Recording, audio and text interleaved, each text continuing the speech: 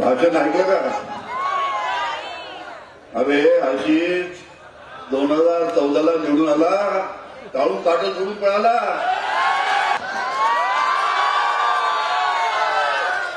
भाषण ऐकलं का? अरे आशिष 2014ला निवडून आला, टाळून ताटं सोडून पळाला.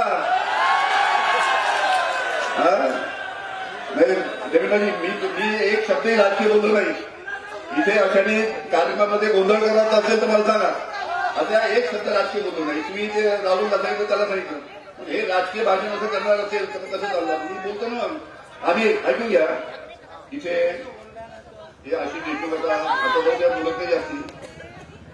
तुम्हालाही माहित आहे आम्ही कधी बोललो मिहानबद्दल की मिहानचे उद्योग बाहेर गेले काय गेले. ही काही राजकीय व्यासपीठ नाही आहे. मिहानमध्ये उद्योग काय येत नाही, विदर्भात का तरुणांच्या हाताला काम नाही. आपलं वेदांत फॉस्फंड नाही, वेदांत फॉस्फंड काय झालं आम्ही बोलत नाही ना. बघा सुभाष साहेब 2 मिनिटं. आम्ही या गोष्टी बोलत नाही. आम्ही पक्ष पाळतो.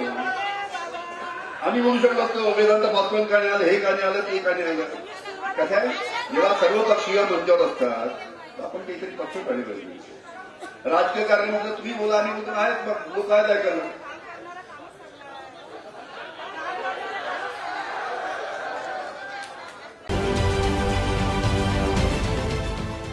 देश विदेशातील प्रत्येक घडामोडींचे लाईव्ह अपडेट मिळवण्यासाठी आता साम टीव्हीच्या सर्व सोशल मीडिया प्लॅटफॉर्मला लाईक, फॉलो आणि सबस्क्राईब करा. तसंच सर्व नोटिफिकेशनसाठी बेल आयकॉन प्रेस करायला विसरू नका.